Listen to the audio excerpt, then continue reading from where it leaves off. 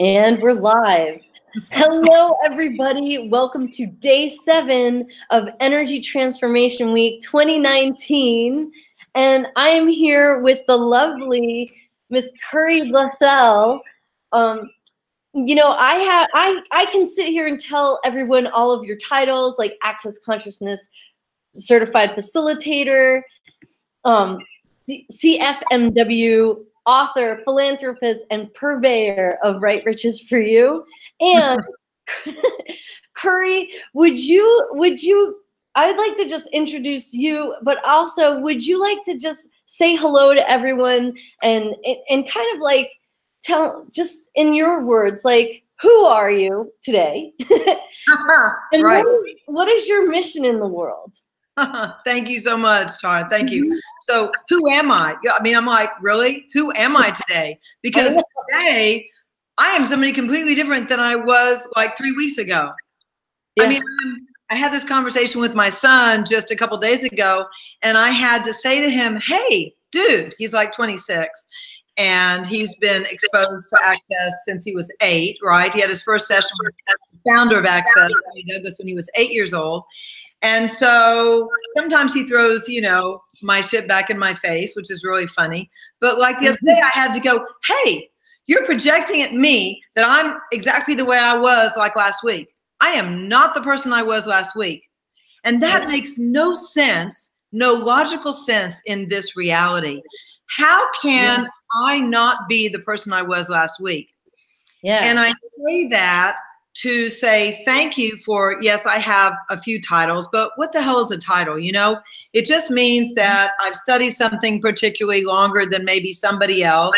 Or it just means that maybe, I took a little more time out to work on my shit. So I can say that I have a MD in working on my own shit. I think that's awesome. Several people on this week, when I would say, who are you and what's your mission in the world? Everyone's like, well, who am I? I'm not sure who I am today, And it's like, everybody has made that like a point. And I think I might even take this question out if I do these interviews again. Like, who are you? Well, but it's an interesting question because where we are, those of us who have been doing, this philosophy and this process and the tools called Access Consciousness, we actually think, we actually be different. We don't follow the same road traveled upon. We don't even follow the road less traveled upon. We follow like 10-second increments. And who has ever heard of that? So I love the question, who are you today? Because it gives me an opportunity to go, oh yeah, I need to ask, who am I today? And what glorious adventure is in store for me? And it sounds like yada, yada, yada affirmation. It's not an affirmation. It's a real question that has no answer. And for me, my story of transformation and coming out of extreme depression, I was a single mom, divorced single mom, $2 million in debt. And the only thing that really kept me from killing myself was 2 little boys that I am loyal as the day is long. And I was like, oh, hell, I have got to get my shit together because I've got 2 little boys I must empower. And I must break this cycle of disempowerment that I grew up with. So my calling and my pursuit and my demand and my dream and my request for the past 25 years, 26 years has been to be happy, empower myself, and empower my boys. Yes. And empower others. Yeah. And I mean, and that was like my next question was going to go into like, you're totally following, you're picking it out of my head. It was going to be, what is your transformation story? Like, what was it like? Because look, wanting to empower others and working on yourself and stuff, that's not a major choice that everybody makes. Like that's like to me, I think people who choose this route and to work on their shit so they can empower others in the world, I think that's a very special gift. And I really would like to know what was it like for you growing up? And did you always know that you were different? Because when we take on energetics and looking into something like access, a lot of us like on this panel have spoken about knowing that we were a little different. Yes. Well, I always knew I was different. I have to retract a little bit because something happened the other day for me. You mentioned that I do philanthropy, which I did. I did a huge fundraiser this year, anti-human trafficking. Yeah. Actually quite successful. And we got a lot of awareness. I did an art installation at one of the Houston airports. We brought a lot of attention to the problem of human trafficking, which is actually human slavery in Texas, and in Houston, Texas in particular. That being said, I have also done philanthropy involved in politics. And so I went to a meeting the other day. We just have elected 97, I think, new Democratic judges in Texas. And I won't go into all that stuff because the system is corrupt. No question about it. However, I wanted to go, meet and to see, and I thought a couple of them that I knew were going to be there, they weren't, but that's okay. It was interesting to go there, and I ended up listening to a woman speak, and I thought it was very interesting because she said her philosophy, what being a Democrat was. Yeah. And her main philosophy was this actually will get around to answering your question. Because the way I was raised was very different than the majority of the way people were raised, okay? We had empathy and sympathy and caring, and basically stated that the Democratic point of view is to help those who can't help themselves, the underserved, the underprivileged, that there are many people not born fortunate enough to have good education, good clothing, good shelter. In other words, basically poverty is a huge problem in America and all over the world. And she was, I think, mistaken in the fact that everything she said about people raised in poverty, the main thing she focused on was the children who, because their parents worked, they didn't get the attention at home from their parents. Their parents didn't help them with their homework. Their parents didn't read to them. Their parents didn't do their ABCs. Their parents didn't validate them. Their parents didn't put any energy or time into them or support system whatsoever. Right. I went away from that meeting and I was there with a friend. And later we left. I said, didn't you think that conversation was really different? And I wanted to see what his point of view of it was. And we both tend to be more independent than either Democrat or Republican. Right. And I said to him, I said, it's interesting, what she totally ignored and was totally ignorant of was that there is a population of people who are middle class, upper middle class, and upper class who find themselves emotionally abused, emotionally neglected, right, and physically abused, physically neglected, spiritually abused, spiritually neglected, financially abused, financially neglected, sexually abused, and sexually neglected. Right. This is what I really have gained in the past few weeks and months, literally, because I have been really destroying and uncreating every point of view I had about what was I here to create, generate, and do. What am I going to do for the next 30 years? I guess maybe I have 30 more years here, right? And I can't say that I came from, I was raised in a barn. I wasn't born in a manger, okay? I'm neither godlike, except for the fact that, Jesus said we're all godlike. So with whatever salt or sugar you want. So I didn't come from the south side of Chicago and worked my way to Harvard. None of that occurred for me.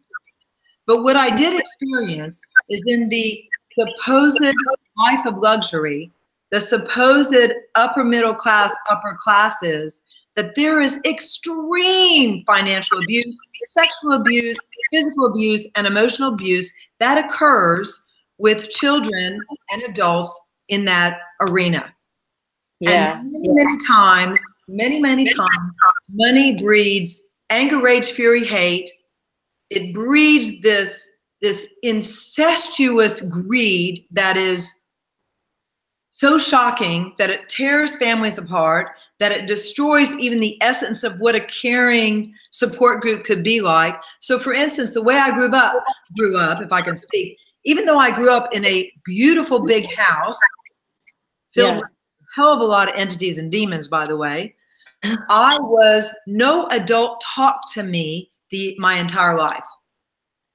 Right. The first time an adult person, meaning when I put myself in school, which saved my life at 14 and a half, 15 years old, I applied myself and begged and somehow manipulated the parental units in my life to send me away to Boston. When I got to boarding school, that's the first time an adult person who was like 25 or 35, or I don't know how old the teachers were, because I was 16, so everyone seemed old, you know. Yeah. Seems old, right? They actually asked me a question, like, and expected me, like, they talked to me. They like looked at me. Yeah. That was the first time I had an interaction with anyone other than my peers at school. Wow. Everybody else talked at me. Yeah. Or told me to do this, or to shut up and be quiet. Children to be seen and not heard. Yeah. That's the life I grew up in. Dress pretty, but not too sexy. Mm-hmm. Oh, what you're wearing is inappropriate. I mean, you cannot imagine the rules and regulations that I grew up with. Not as bad as, say, you know, the protocol in Buckingham Palace. Right. I mean, but the protocols of growing up in upper class society is an unbelievable pressure. I had two friends in my elementary school class, in my high school class, kill themselves because they couldn't live up to what they thought were the expectations of their school and of their family. Shoot themselves. Oh, wow. Because they didn't make an A. Yeah. Yeah. Right? Yeah. And, you know, I'm from very good families. When you say very good families, like prominent doctors, lawyers, and Indian chiefs, right? Right, right. So I grew up with the rest of the world sort of looking at like, oh, I have the best life ever. You know, Right. I envy you. And I'm like, are you fucking crazy? Yeah. You do not want to be in my position. Yeah. So it's a little bit different. So I can't say, wow, you know, I didn't have enough to eat for 3 months. That was never the case. Right. But if I said the wrong thing, I would be hit at the dinner table. Got it. Oh, got it. Okay. And then if the male parental unit, right, if he got upset, which he did on almost every other day basis, he would rant and rave and get out this stick in every room, and he would beat us. Right. So and then he would also this. Have you ever seen the movie Gaslight? Yes. Now that yeah. Okay, so I was raised in that type of situation. Everything I ever said was undermined, questioned, or I was looked at like I was wrong or crazy to everything. So I learned to shut up, put up, and hide most of the time. Wow. Wow. So isn't that interesting? It is. That's really where I come from, and that's what my book is eventually going to be about, is how to come out of being gaslit and have a great life. And I couldn't have done it without the access tools. I could not. Right. I mean, and so I met you back in like 2012, and I had the privilege of working on your financial abuse CD. Oh, wow. That was the very first time I publicly discussed financial abuse. Do you know that I didn't even know what that was? And then I did the cover and I got to listen to it to edit the sound. And I got so much listening to that, and it opened up my eyes to something that like I didn't even know what was going on. Yeah. And I just, there's so much there. So I just would like to tell people you know, if we're going to put links underneath this video to all of Curry's stuff, and we'll get into that later. Cool. But the financial abuse CD, and I think your story, your story is pretty profound, because, like it says in your bio, you kind of got, you know, at like age 40, got like empowered and started creating, and you've created some. I mean, you've created a pretty amazing life. So I would like to know, like, what is, you know, what's your inspiration? Because not only are you creating for yourself, you're creating to empower your boys, but you're also creating things to help other people. And that's not a normal thing for many people in the world to want to do that. So I want to know, what's your inspiration for doing what you do now, and what fuels that, like, that desire to transform people's lives and the planet? Well,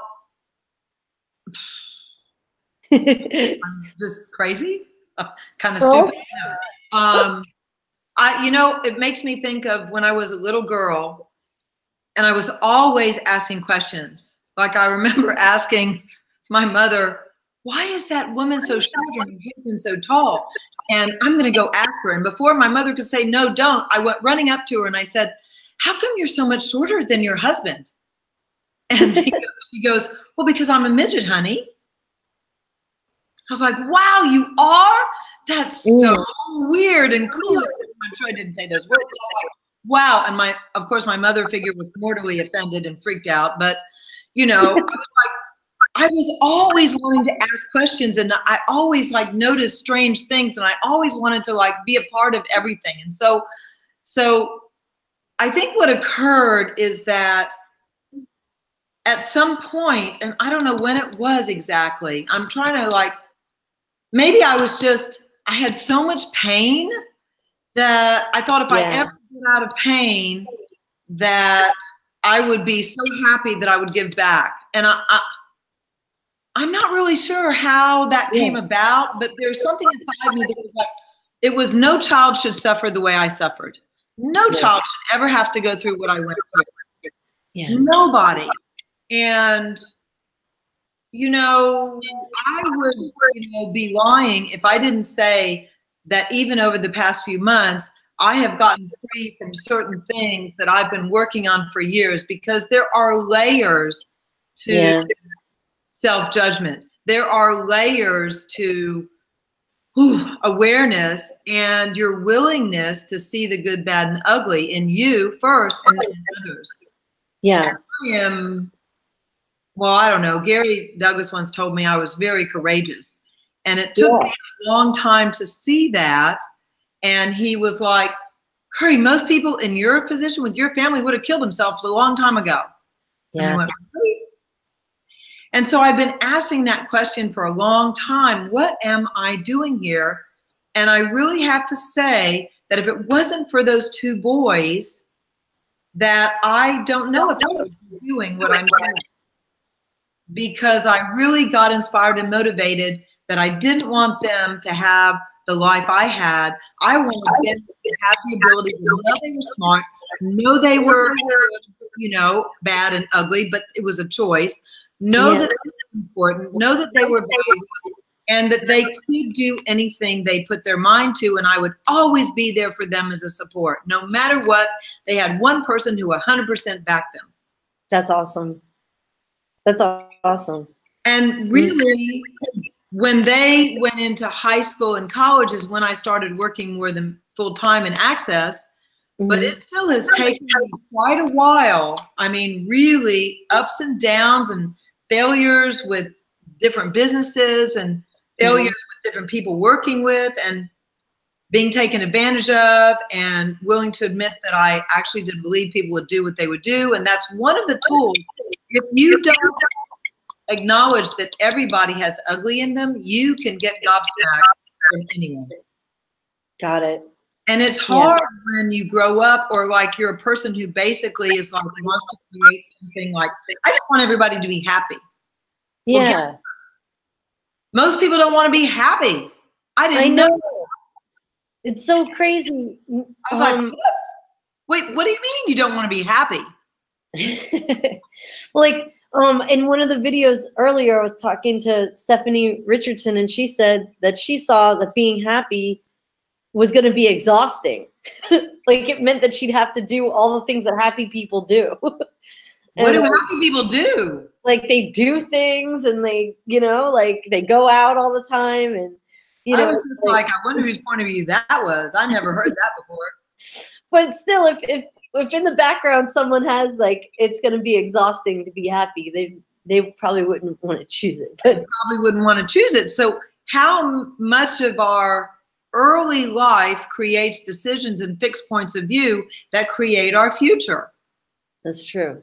And that's what has really kept my motivation up, because Yeah. I know that when you go to the point of creation and you go to the point of the destruction, the pock and the pod of where you made the choice. Now, this is just the most empowering thing possible, where you made a choice.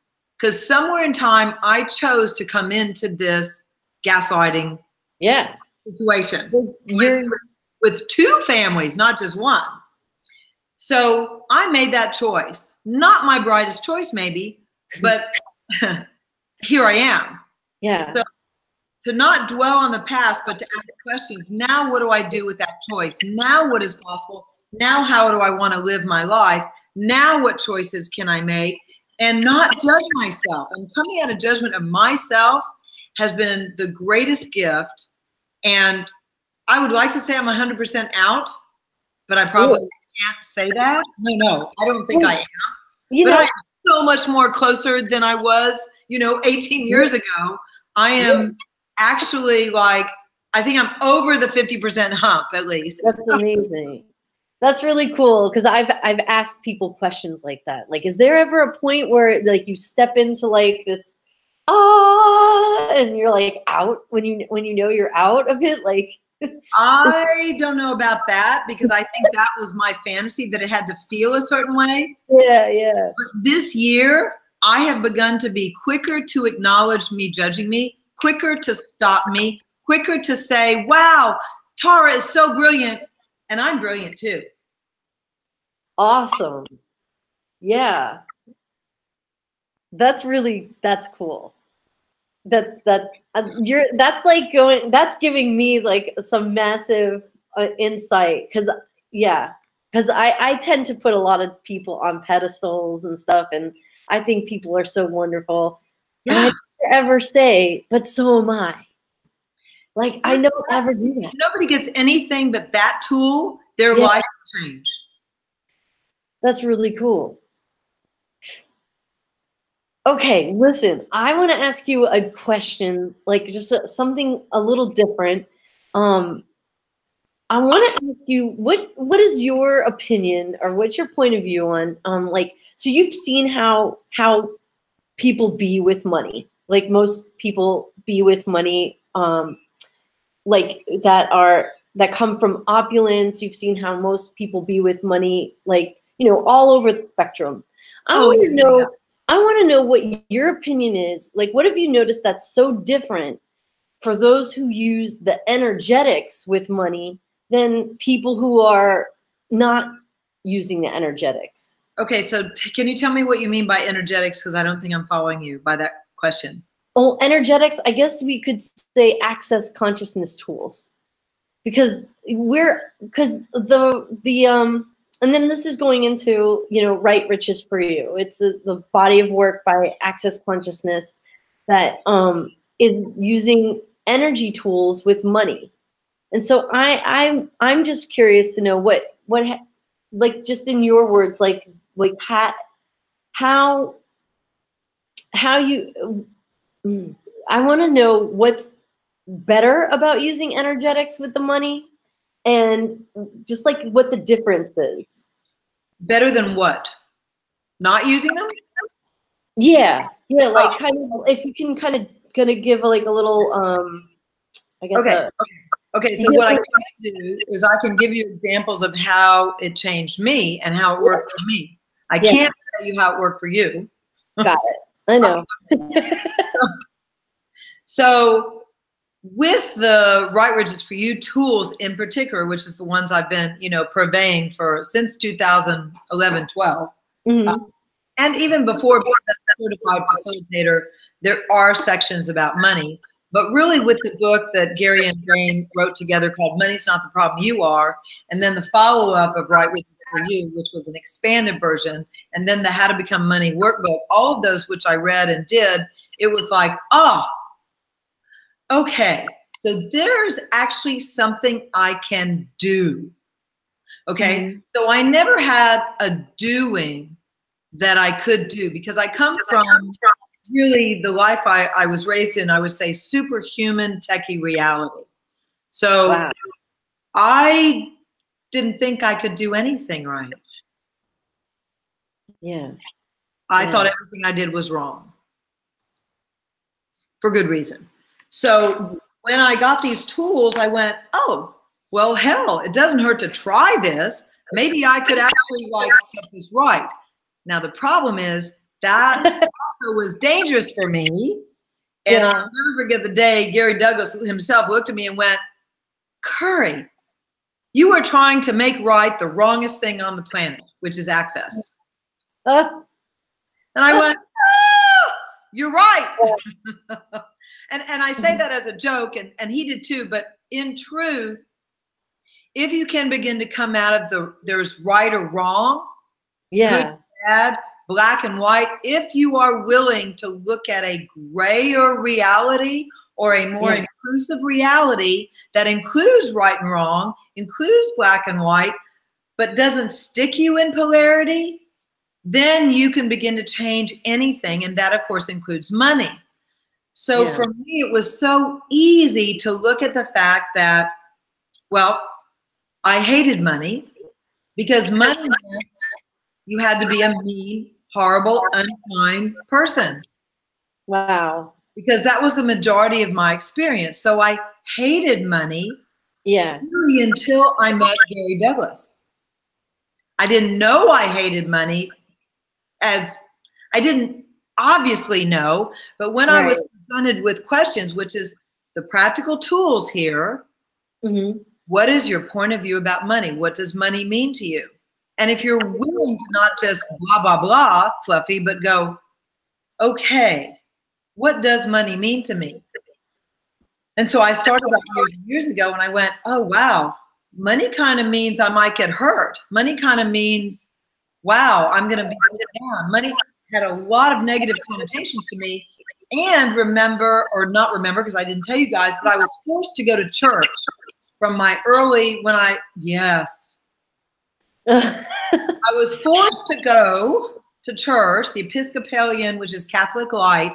Oh, wow. I moved from my liberal New York home with my mother to the other side in southern conservative Bible Belt, Texas.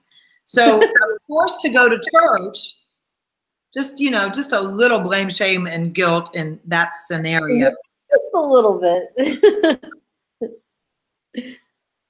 Anyway, so why was I saying that? Okay, the train just left. What did I say just before? So I had to go to church, so I had to put things in right and wrong, good and bad context. Got it. So then in the church, they say money is the root of all evil, people who haven't read the Bible. Then if you read the Bible, it says the love of money is the root of all evil. So those two can get real mixed up in a little kid's head. Yeah. Probably can get mixed up in a lot of adults' heads too. I bet if you did a survey that most people would think money is the root of all evil, not the love of money. Now, I'm so anal ridiculous that at one point I went to theological school and I studied the Bible and read 3 different versions of it. Wow. Wow. And because I was tired of people using it to abuse me. Nice. Yeah, so maybe this is the courage piece. For some reason, I had this, every time someone tried to squash me and put me down, I was like, no, you don't. You don't get to do that. But it was always almost like, God, I was almost 6 feet under. And then I finally did, what I call the unsinkable Molly Brown, which is a great movie, which I tell my female clients, if you ever want to be inspired, watch the unsinkable Molly Brown. Okay. It's just one of the movies to watch. And Right. so to be willing to look at where you really function from money. So I had to start with, I hated money. Mm-hmm.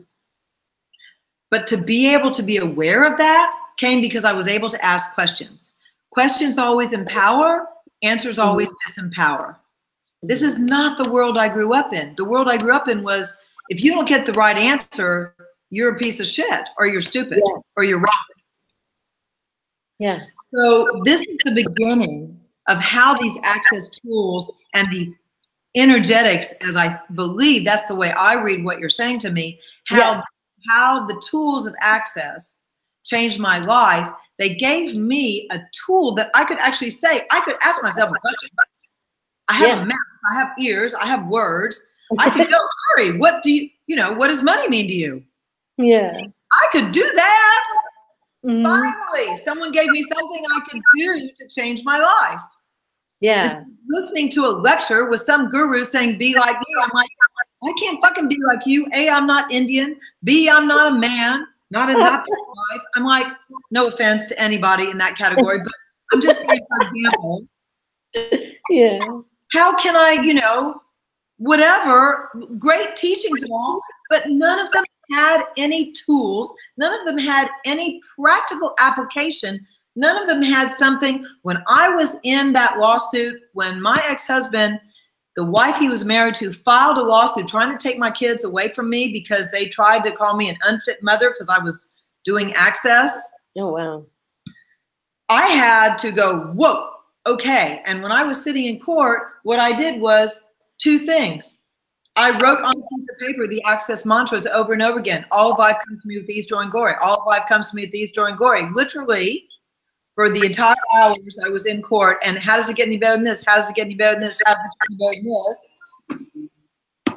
Sorry about that. And I ended up winning. The kid stayed with me. I did have to give him a little more visitation. Yeah. And he ended up giving me $700 until the kids were 15 or 16 or something like 16. Mm-hmm. Which is still really terrible for two kids. $700 for two kids is almost nothing. You should get at least $700 per kid or $1,000 per kid. No. That's what the going rate is now. That's what the going rate is now, saith my housekeeper. Yeah. Okay. Yeah. So it's really interesting, but I got 700 I didn't have before. How does it get any better than that? So, how does it? And I didn't get my kids taken away from me for any reason at all because I was totally not incompetent. They just were being evil. Right. Unconscious and evil are the same thing. Yeah. I probably shouldn't say that out loud and you won't find it in. But people, even if they're nice some days, they can be evil some days. Yeah. And so that was one of the hardest things I ever had to go through. And it had not been for the access mantra, I don't know how I would have made it. And going to the access classes, getting my bars run, which relieved all this stress out of my head, living lawyers always send you the bad news on Friday at 5. Yeah. What is this? Are they retarded? Yes, they are retarded. They don't care. And it's like, wow. I mean, yeah. Anyway, so I don't know if that answered your question, but for me, the practicality of these tools giving me something to do. Yeah. So I could actually write down. All of life comes to me with ease, joy, and glory. I could do that while I was in court. It empowered me to know that I was at least keeping my own sanity about me.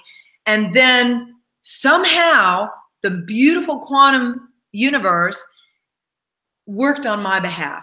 I don't know how that worked. Right. So it did work and things turned out better than I expected. I had $700 more a month than I expected I would for many, for 10 years. Yeah. Yeah, about 10 years. Well, let me ask you, actually, I was actually looking at the question, like, what are some of your favorite Right Riches tools to use? And you kind of pretty much gave them. So I know we're at time, and I want to know if it's okay if we go over a little bit, because I want to make sure that everybody gets to hear how they can get in touch with you. If they can spell my name, they can find me. Yeah. So, and I know you have your podcast. Oh yeah. You recently wrote something that. I was asked to be in Debbie Dashinger, who's out in LA. She's a publicist. She put together an anthology called, I think, From Trials to Transformation, and I'm one of the 13 authors. It's kind of a cool thing that I was involved with. I think there are a lot of really good people in it.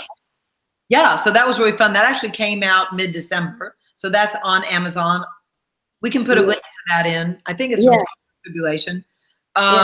And then my book is almost ready to be published. That's going to be exciting. I can't wait.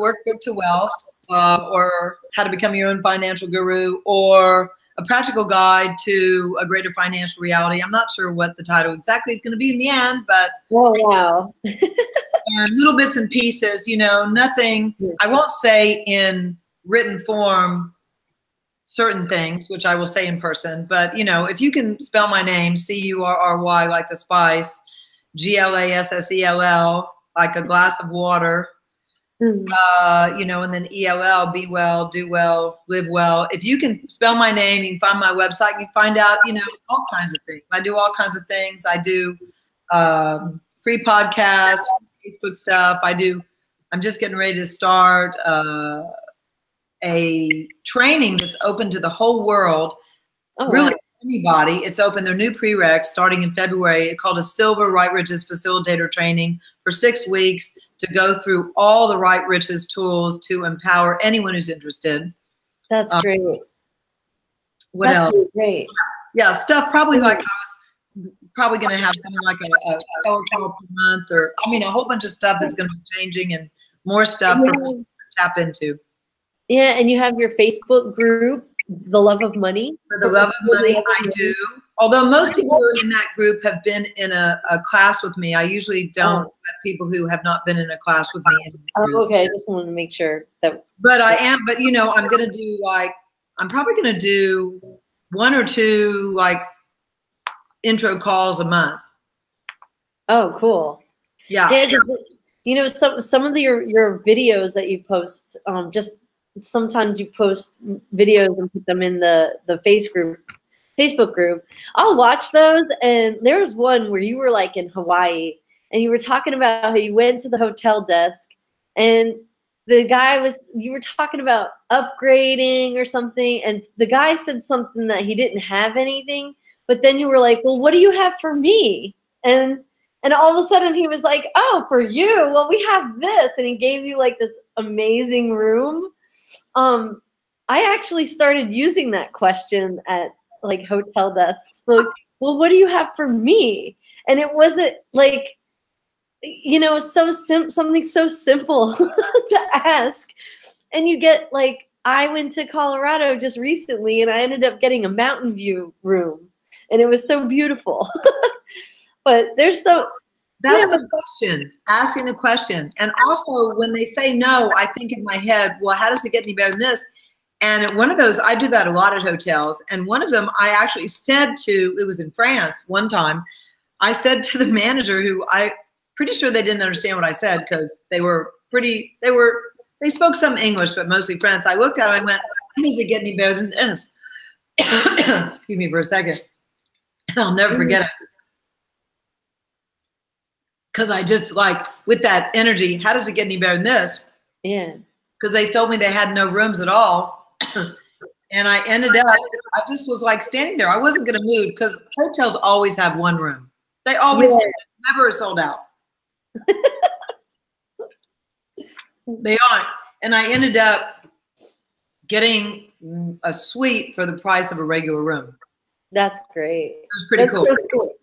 I love all the, they're so, you know, in those videos, they're just, sometimes you get these golden nuggets from you, Curry. And I'll be like, I'm going to try that. and try it. I love it. Really, that's the mantra, the other mantra I used in court. How does it get any better than this? Because no matter how bad it is or how good it is, energetically it can shift. And I Yeah. really, truly, truly get that the universe would love to give and give to you and me. And it's funny because when I studied theology, it was always, it is better to give than to receive. I really get that that was a slight twist, that I really get that it is as wonderful and beneficial to gift as it is to receive. There is truly an energetic gifting and receiving that can take place simultaneously. And as you gift, so shall you receive. And then ask, and you shall receive. Those are, I think, not hindered by time. They have been put into a religious mandate, and I think they are really for everyone. They are an energetic, a quantum construction that is available for anyone who asks. I think some of the, if there are basic laws of the universe, like gravity, if there are energetic basic laws of the universe, one of them is asking, you shall receive. One of them is, it is as glorious, as wonderful to gift as it is to receive. You know, these are things that actually, I personally have experienced how the universe functions, and how, if you're willing to not be contracted by this reality and willing, by asking a question, you come out of contraction. The question is the open door to an energetic, different way of life and living. So the question opens that door. That's the practical tool. That's the energetic, but yet it's practical, right? Anybody can learn to ask a question. It's simple, but yet it's also, for me, it was a learning process. Yeah, yeah. It really took me a while to learn what a question was, because I grew up thinking that a statement with a question mark attached was a question. Yeah. And how many of us do that? I had to really learn that a question, a real question, has no answer behind it, no expectation, no investment. A question just goes, wow, wonder what Tara and I can create on this show today. Yeah. Yeah. Super open, you know? Yeah. And then we just don't answer it and like let it go. No, we don't. We just ask. And universe, who can we speak to now and in the future? What can we say to create more consciousness? What can we say to generate more money? You know? Yeah. Yeah. Well, for us and everybody else, you know? I mean, yeah. That's cool. Well, listen, Curry, I don't want to keep us going over too late, but there's one question that I ask every single person that comes on to Energy Transformation Week, and I've been doing this project for 5 years. This is going to be why have you not had me on earlier? Oh my God, you were the first person I went to back in like 2013. I wrote you this crazy email that was like, I'm trying to do this. Did I get the email as a question? Because I'm shit at emails. I'm terrible at emails. I'm not sure, because I never got a response back. Well, I apologize, because I get like 500 emails a day. And back then I apologize, and I hope I can make up for the damage done. Oh yeah, of course. I mean, it was you and Ricky. I was like, you guys, like, both. But he didn't get back to me either. But anyway. Oh dang, I'm like Ricky. Well, that's good and bad. Anyway, but I'm very sorry. That's one thing I just actually talked to my son today about helping me with emails, because sometimes I just go emails. I'm like, you know. Yeah. Okay. Well, it's okay. It's okay. We're doing this now. So what's the question? Okay. So the question is, okay, imagine the younger version of you is watching this video, like the you at that choice point when you were making the choice to take the path of creating your life, to empower your sons, to empower, other people, like at the beginning of that. What would you say to encourage her as the being that you are today? Never give up, never give in, and never quit. And you will be able to create a different future from the present and the past you have had. Thank you so much, Curry. Thank you for being here, and thank you. Thank you. Now, if you could stay on after I close this, and then I'll say goodbye. But I need to make some announcements. Okay, guys. So now tomorrow is a very special bonus interview. I have Merlin Wolsink. He's going to actually be interviewing me at 12 p.m. Eastern. And I think that's 6 p.m. CET, all you guys in Europe over there. But we're gonna be getting together tomorrow, and we're gonna close out Energy Transformation Week 2019. And I know a lot of you guys have always asked me why I don't get interviewed. Well, this is gonna happen tomorrow. So if you are gonna be watching us live, just remember to refresh your screen on the watch page. And if you're watching this video in the future, just go on to the next video. And I want to ask you, Curry, if there's anything that you would like to say in closing. You have the floor. Oh my goodness! I thought you just told me to. I know. I kind of flip-flopped my. That's cool. That's cool. I think I would invite everyone to try out the Access Mantra. All of life comes to me with ease, joy, and glory. Try that 10 times in the morning, 10 times in the evening for 30 days, and it's a beautiful thing, and it works. It's a practical, easy tool, you know, and just go for it. And if you have questions, contact Tara, contact me, contact an Access facilitator near you. These tools can assist you in creating a greater future. Whatever you'd like to have, it can help you, and it can be easier than it is now. Cool. All right, everybody. Take care. See you guys tomorrow and on the next video. Bye-bye. Bye.